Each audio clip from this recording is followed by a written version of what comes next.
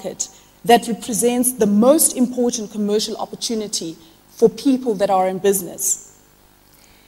It has been asserted that, in fact, this, what is now regarded as the female economy, will have a global impact potentially that could be even higher than the BRIC countries put together. And we know that this quiet revolution that has seen women across the developing world catch up with men in the workforce and in the developed world as well. We have seen that in education, it has also touched areas such as in the sciences. And we know that these are very stubborn dominions that have been dominated by men for many years. Last year, in fact, 3 women received Nobel Peace Prizes in the sciences, which was a record for any year. Women now earn 42% of the science degrees in the 30 countries of the OECD countries, in the life sciences, such as biology and medicine. More than 6 out of 10 graduates are women.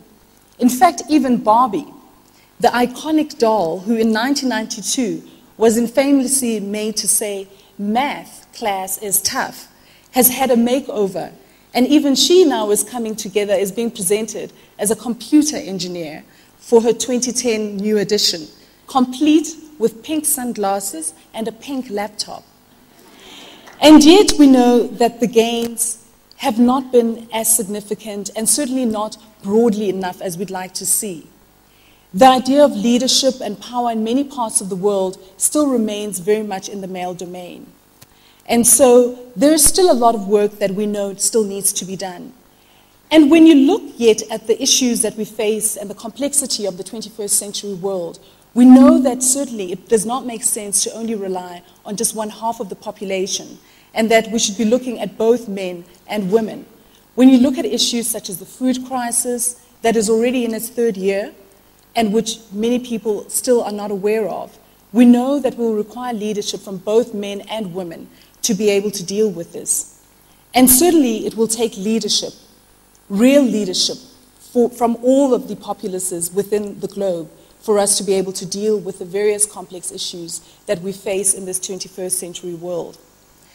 And so, in closing, I'd like to just look very briefly at a story of a South African woman who I believe has really come a long way in overcoming the strides that she faced as a woman to become a leader in today's 21st century world.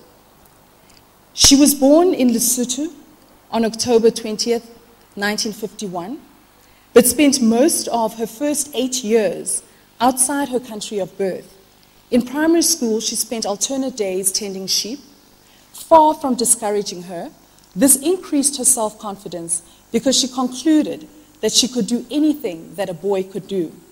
In high school, she chose the arts subjects, but just 2 years before her matric year, she changed to the sciences. She managed to overhaul the backlog of work, developing an enduring love for chemistry. As she worked, she continued to gain in success.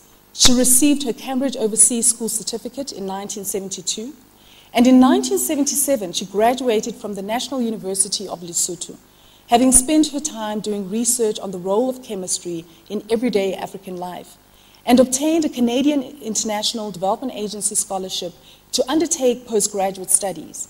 4 years later, she graduated with an MSc in chemistry, and after further study received a PhD from the University of Western Ontario in 1987. She then applied for and was given a Fulbright Fellowship for postdoctoral study at the University of Notre Dame in the United States. On her return from abroad, she taught briefly at the University of Lesotho before joining Rhodes University in 1992 as a lecturer.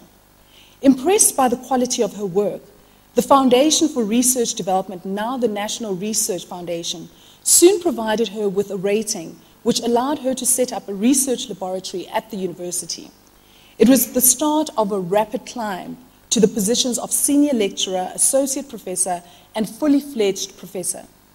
She is currently engaged in groundbreaking research on a new cancer diagnosis and treatment methodology called photodynamic therapy, which is intended as an alternative to chemotherapy.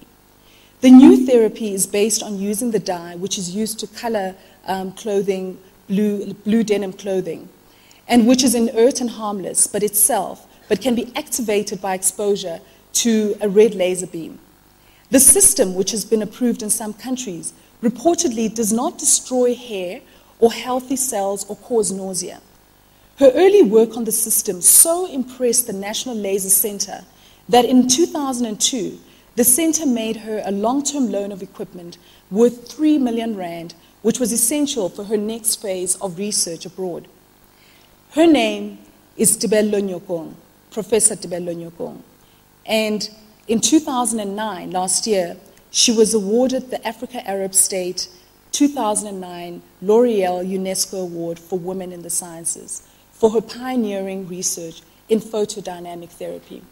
And so we know that as women, we've seen that even from the 50s to today, that notwithstanding the complexities and the challenges that we face as women, that somehow we always manage to overcome our personal challenges as well as the challenges in the world around us. And so I continue to have courage that as we lead into the 21st century and into the decades to come, that we will continue to show this innovation and the strength that we have as women to continue to contribute to our societies and our communities. Thank you.